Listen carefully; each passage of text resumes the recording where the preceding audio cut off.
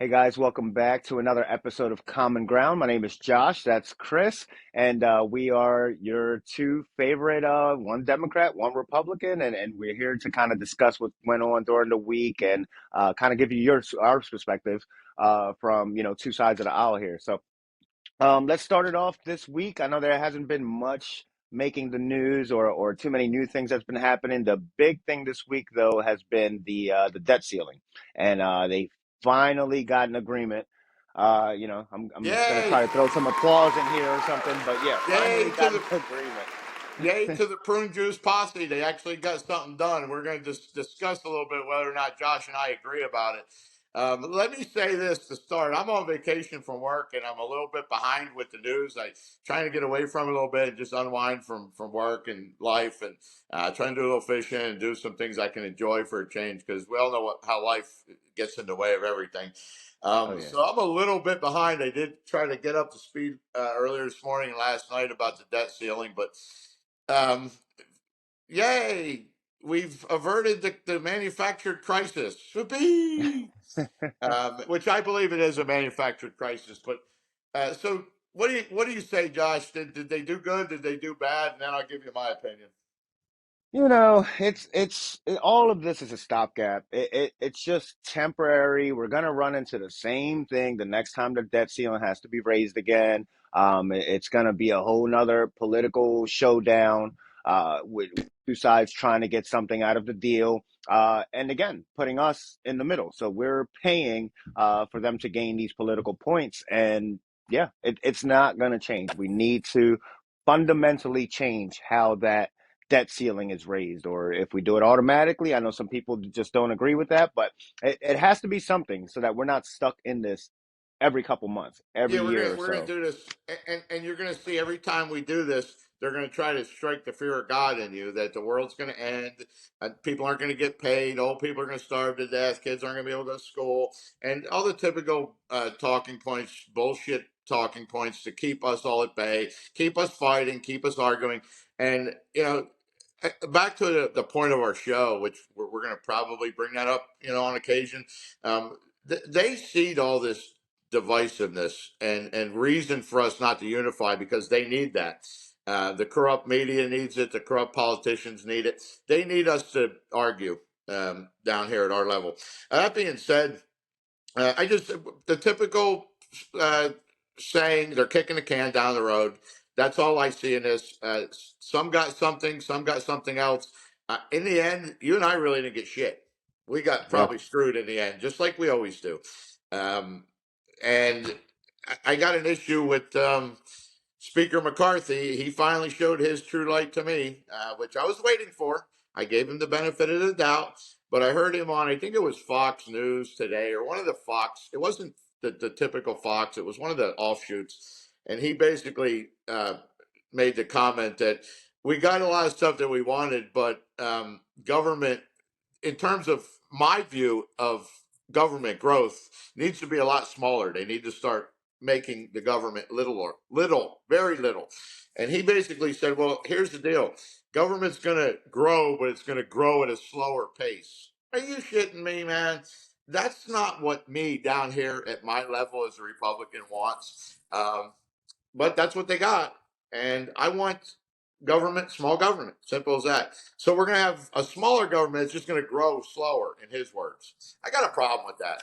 And he has exposed himself now to what my biggest fear. He's a rhino. I mean, both sides didn't necessarily get what they wanted. Uh, I know they agreed to some increases in spending to keep up with inflation, and some people on the Republican side were upset because that it's also it applies to all aspects of the government, which includes the military. Um, so, but I mean, I don't see this is not the way to negotiate future spending. If they No. wanted to eliminate future spending, go ahead and throw another bill and start working on another bill now. Like Yeah. why is it going to take to another debt ceiling for you to try to strong arm some savings? Why not try to come up with a bipartisan bill now, or at least a bill that can get some people on the other side so you guys can actually pass it. A Republican bill that eliminates 20% of spending for next year, it's not going to get passed. Now, if they can try They to don't want reduce to that stop any, spending. They do not want yeah, to stop spending, and the money they spend comes out of our pocket. And I can give you an example on both sides. Joe Manchin, who I actually like, I think he's a moderate Democrat. I like him for the most part. He makes sense in a lot of ways. But he got one of his little handouts from what I'm reading. There was, which is a good thing for his community. Something there was a pipeline that they're going to start fast tracking. yeah. That's a good thing, and I support that. But his little people and his little constituents get that. What did I get in Pennsylvania? What did you get in Maryland? So it all boils down to the same thing. They're getting what they want, and this is how the politicians get it. Um, and so is it a good thing? Yes, but overall, we're not getting anything as a country. We're getting screwed. And the other factor of that, and I'll bring up a Republican, Lindsey Graham. He came out. I heard him talking about he's going to try to undermine the whole thing, which I think is absolutely ridiculous. They got to pass the thing. We got to pay our bills. That's just that. Well, he's going to make it his mission now to try to put a full stop on this whole thing through the procedural vote or whatever he thinks he can do. I don't agree with that, and he's a warmonger. I heard him say it with his own mouth. I want the war in Ukraine to stop. I is the key word here, folks. I want to defeat Putin. Really? That speaks volumes to me. He said it. I didn't. You can watch it online. You can watch him talk. So that's what he wants. It's not what I want. Yeah, and in regards to Lindsey specifically, he is fighting. So, uh, under the terms of the deal that they came up with, there was an increase in defense spending. So it's going to go up 3.2%. Lindsey Graham is mad because it didn't go up 4%. So they are It doesn't Lindsey keep up with Graham. inflation, It according to doesn't him. keep. Yes, inflation. The official number they pegged it at was 4%. So Lindsey Graham is upset over 0.8% of a percentage point that they're not going to raise. So he'd rather pause this whole thing instead of just agreeing. And that's part of the problem. It's people that are entrenched on both sides where, nope, if it's not 4%, I'm not giving anything. And it Yeah. shouldn't be that way. 3.2% isn't a great increase, but what was your raise last year for work? Did, That's what did I'm getting. you, did your job keep up with inflation? Most jobs didn't. That's the So I, whole that's the whole point here. People really need to sit down. And I'm not a mathematician. I'm far from. I missed a few days in math class. yeah, Actually, same here. several days in math class. Wasn't one of my favorite places to be. Sorry about that algebra teacher. I forget what his name was, but he was a dummy anyway. I don't even think he was teaching us right. Anyway, Oof. that was a long time ago. Side note that I'm not a big fan of math, but really pay attention, folks, to the fact of what they're arguing about, and you're going to see that we're eating the same shit. Josh is a Democrat, I is a Republican, and everybody that's watching us is eating the same shit. They're not. They're eating steak, lobster, mashed potatoes, and $40 cupcakes. We're paying for that too. But Oh yeah. it's all a game. It's all kabuki theater, and they win, we lose, and I feel personally like we lost for the most part on both sides. It's Democrats and Republicans at the peasant level down here where we are, because we always lose. And I wish people would really understand the more we fight down here at the working man level, we're fighting because of them and what they're doing. We're all paying for it. Yeah, that's exactly correct. They come up with deals, and it's essentially they are forever in campaign mode. They're always thinking about that next election. So Lindsey Graham comes out and says a few things that he knows are going to get him some media attention. He's looking forward to that next election. He knows he needs to please his base. He needs to bring something back to his constituents and say, look, I tried to do this. So it's all a game, and you're right. At the end of the day, we are the ones that's paying for it. They get to go out and eat with each other. And I'll remind you guys that Lindsey Graham or Kevin McCarthy or any of them, more than likely they're going to go out to dinner and they're going to have dinner with Democrats. Don't like. And this is what they do. They are in the same club. We are not in that club. So I promise you, it's not as divided as it seems or as they like to make it seem up there. They're probably having brunch somewhere together now. Yeah. going to some dinner, You planning know, some vacation. and it makes sense that that's 100% true because they have to portray a certain thing on screen to us. And then, but when they're not on camera, they have to, they're doing a whole different thing. And it's really simple to kind of figure it out when you put it together because who's gaining in the end? Politicians. What Yep. are we gaining? We ain't gaining nothing. We gain Nope. more stress. Or how are we going to Yeah. feed your family? How are you going to pay the bills? Like a house going to get forked? What if I do if I get sick? They're not worried about any of this stuff, and it's really a sad shame. And to my point of our show is we need to get unified as a country, and both sides, old, young, uh, and we need to start talking to each other about these things and elect good people. And that's our only way out of this, Yeah. because we Yeah. ultimately, the way our country is designed was genius. And they're not really as powerful as they think they are.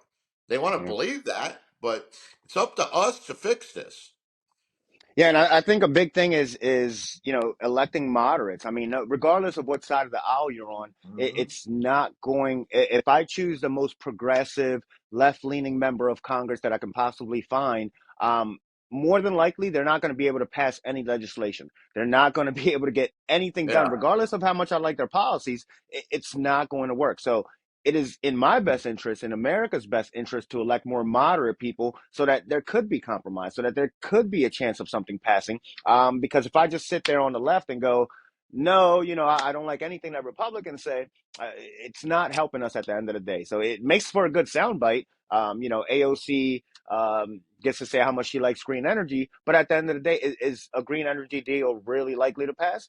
More than likely not, especially not in a Republican controlled House. So I'd argue, we need to get away from extremes on both sides, and we need to start looking for more moderates in Congress and in these positions, And and you listen, really do your research on them. listen to your elected official. Listen to the ones that you folks put there and I put there. Listen to what Yeah. they're doing after you get them in office and tell me Yep. if it makes any sense to you.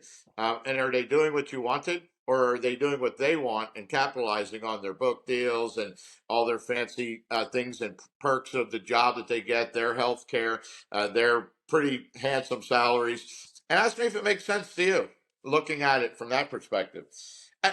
I don't even, I'm done with the whole debt ceiling. And one last thing, it's not over yet. They still got to vote on this thing. Oh yeah. And you're already listening. I listened to a couple clips. The progressive left and the hard right are already, oh, we're not voting for this, and we're just shut up, vote for the damn thing, because that's, you're going to vote for it. You know you are. Stop playing the game, and then I think that we're going to do this again in 2 years. I think Yep. there's a clause in there that they're putting it off till after the next election. Okay, well, that's just another piece of the chess puzzle. Let's put it off for 2 years, and then let's worry about it after the next election, and then we'll have more shit to bitch about. It makes my fucking head explode. Yeah, and that's perpetual politics here in America, Yeah. and it's gonna happen this way. It's just one of the things that our system has kind of set us into at this point. So, yeah, I agree, man. Far as I'm It's a considered, horrible. far as I'm concerned, the debt ceiling's over. I don't want to talk about it anymore. Yeah, It will get done. They passed the debt a little bit longer now. Now it's June 5th, and just shut up. Just shut up. I don't even care anymore because in the end, it's not going to better my life. I suspect it's not going to better most people's lives that are out here just doing the grind every day. nope, nope. Just kicking the can down the road here for a couple more months, and we'll be right back in this situation. Hopefully, we won't have to cover it next time. So, it'll be a nothing burger, and it'll just get passed as it should. But Yeah, we'll see. that's it, man. Like I said, I'm still on vacation, so I'm done with this. Yeah. Talking about the politics and shit's it's like a full time job. It could make my fucking eyes pop out of my head. It's getting you out of that vacation mode, man. I, We I'll tell you what I'm going to do. I'm going to take the rest of the afternoon. I'm going to go take my Walmart fishing pole that I bought for like $18 12 years ago, because you can't afford the real fancy stuff that the politicians fish with on their yachts and all the fancy places they go with their donors. So I'm just going to go do that with a little can of worms, nice and simple, and then I'm going to come back and eat the fish because you can't afford to buy food anymore. So we'll survive, folks. Yep, yep. We'll get it done. So thank you guys for joining us for another episode. As always, please like, subscribe, share to any like-minded people, anybody you know that may like our show. Hopefully, we'll keep growing and we'll keep bringing you guys our perspectives here. See you next week. Have a good night.